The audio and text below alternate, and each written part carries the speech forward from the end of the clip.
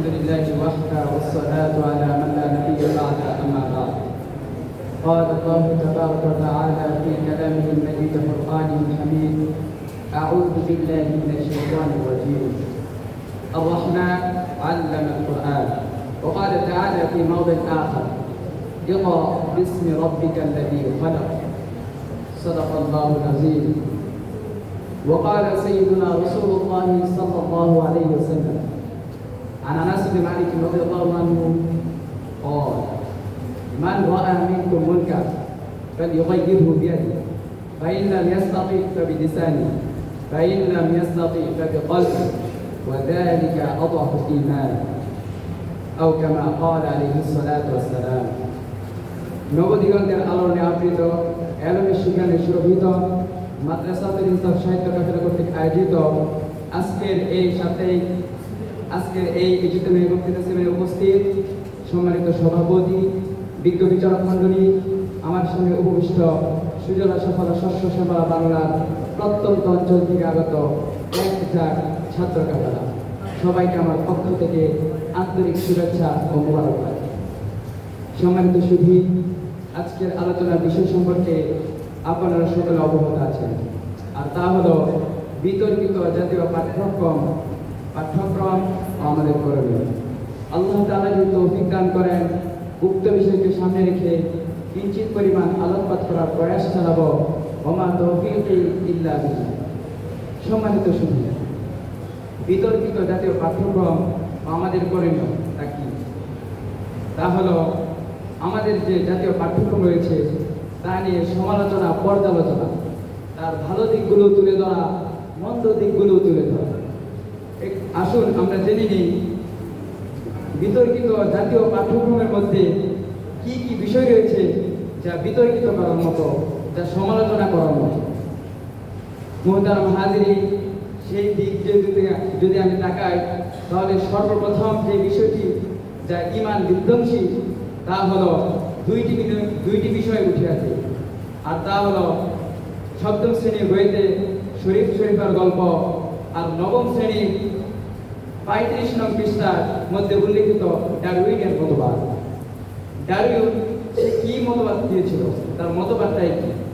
ডারউইনের মতবাদ হলো মানুষ মূলত বানর ছিল, পালাক্রমে পর্যায়ক্রমে ক্রমান্বয়ে মানুষের লেজ ছিল, এবং এই লেজটি সময়ের পরিক্রমায় তা পড়ে যায় এবং মানুষ বানরে রূপান্তরিত হয়। শুধু তাই নয়, ডারউইনের মতবাদের মধ্যে তিনি যুক্তি দিয়েছিল 3টি। তার 3টি যুক্তি রয়েছে মানুষ বানরে পরিণত হওয়ার জন্য।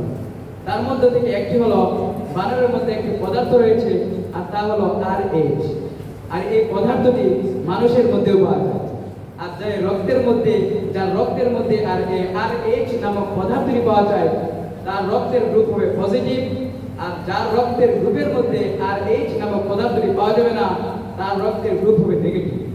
এজন্যই আমরা দেখতে পাই যদি কারো রক্ত পরীক্ষা করা হয়, তাহলে কারো রক্তের গ্রুপ হয় A পজিটিভ, অর্থাৎ তার মধ্যে ওই পদার্থটি আছে, এবং যার মধ্যে রক্তের গ্রুপ নেই, RH পদার্থ নেই, তার রক্তের গ্রুপ হবে নেগেটিভ। শুধু তাই নয়, তিনি আরো একটি বিবর্তনবাদ দিয়েছেন, কেননা মানুষের মেরুদণ্ডের নিকট যে একটি হাড় রয়েছে, সেই হাড় কিছুটা উদিত রয়েছে, যাতে লেজ করে দেওয়ার আলামত পাওয়া যায়। সেই জন্য তিনি এই মতবাদটি দিয়েছেন।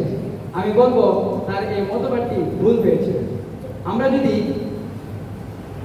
যদি শাস্ত্র নিয়ে চিন্তা করি, তাহলে পাই যে তার এই মতবাদের দ্বারা আল্লাহ তাআলা যে এক, এই কথাটি প্রমাণিত হয়, আর কিছুই প্রমাণিত হয় না। কারণ সমস্ত কিছু আল্লাহ তাআলার হাতেই গড়া, আর আল্লাহ তাআলার হাতেই গড়া, তো এতে কোনো বিবর্তন বা তা চলতে পারে না। আর যে বিষয়টি সারা বাংলাদেশের মধ্যে সারা জায়গায় তা হলো শরীফ শরীফার গল্প। মূলত বিষয়টি কি? শরীফ ছিল বা ঘটনাটাই 7ম শ্রেণীর বইতে সেই ঘটনাটি লিপিবদ্ধ রয়েছে 25 নম্বর পৃষ্ঠায়। শরীফ শরীফার গল্প। শরীফ সে ছেলে ছিল, হঠাৎ করে সে চিন্তা করতে লাগলো আমি আসলে ছেলে নয়। সে চিন্তা করতে করতে এক সময় কেমন সে মেয়ে হয়ে গেল, অর্থাৎ শরীফ থেকে শরীফা। কেমন যেন একটি 500 টাকার নোট সে একবার চিন্তা করতেছিল আমি তো 500 টাকা নয়, সে চিন্তা করতে করতে 20 টাকা হয়ে গেল। একটা গাছ সে চিন্তা করতেছিল আমি তো আম গাছ নয়, সে চিন্তা করতে করতে জাম গাছ হয়ে গেল। সম্মানিত শুধু আরো যেগুলো বিষয় আছে যা আমাদের কারণে তা হলো লাল গরু, যেটি হিন্দু আমি ইসলামকে সমর্থন করে প্রবোধ করে। সেই লাল গরু কি, সেখানে হিন্দু আদি যে নাস্তিক্যবাদ তা তুলে ধরা হয়েছে, হিন্দুইজমের বিষয়গুলো তুলে ধরা হয়েছে। সেখানে কি তুলে ধরা হয়েছে, লাল গরু মূলত কি, এখানে তুলে ধরা হয়েছে যে গরু হলো মায়ের সমান, মা দুর্গা, মা কালী তাদের সমান হলো গরু। তাদেরকে শ্রদ্ধা করতে হবে, তাদেরকে জবাই করা যাবে না। তাদেরকে যদি জবাই করা হয় তাহলে মার অসম্মানী হবে। এই বিষয়টি আপনার আমার সন্তানদেরকে পড়ানো হচ্ছে। খবর জানেন কি আর খবর রাখেন কি, এই বিষয়গুলো আমাদের সন্তানদেরকে পড়ানো হচ্ছে। তাই আমি এই বিষয়গুলো শুধু তাই নয়, তারা আমাদের এই জাতীয় পাঠ্যক্রম থেকে এমন এমন বিষয়কে তারা ধরে দিয়েছে যা নজরকারী। যেমন হযরত উমর রাদিয়াল্লাহু তাআলা আনহু মরুভূমির যে ঘটনাটা ছিল, সেই ঘটনাটির মধ্যে আছে যে হযরত উমর রাদিয়াল্লাহু তাআলা আনহু তিনি এক বৃদ্ধকে টেনে নিয়ে যাচ্ছিলেন এবং উটের উপর ছিলেন একটি বৃদ্ধ অর্থাৎ গোলাম।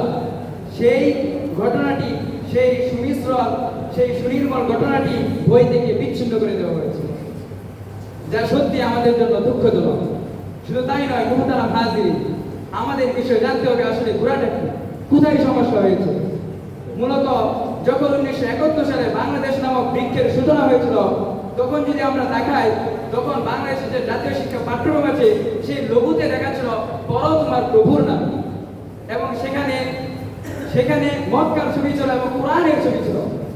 কিন্তু যদি আমরা 1988 সালের দিকে তাকাই তাহলে দেখব ঘটনাক্রমে সেই পড়ো তোমার প্রভুর নামে লঘুটা থেকে পরিবর্তন হয়ে সেখানে এসেছিল যে জ্ঞানই আলো। মুহতারাম হাজিরিন, পরবর্তীতে যদি আমরা লক্ষ্য করি তখন দেখা যাবে 1992 সালে তার পরিবর্তন হয়ে এসেছিল যে ওই লঘুর মধ্যে মক্কা ছবির ছবি আর ছিল না, তখন মক্কা ছবির ছবি আলাদা হয়েছিল এবং কোরআন শরীফের ছবি আলাদা হয়ে গিয়েছিল এবং একটা খেজুর গাছের ছবি সেখানে ঢুকে দেওয়া হয়েছিল। মুহতারাম হাজিরিন, এই হলো আমাদের ইতিহাস, এই হলো আমাদের জাতীয় পাঠ্যক্রম।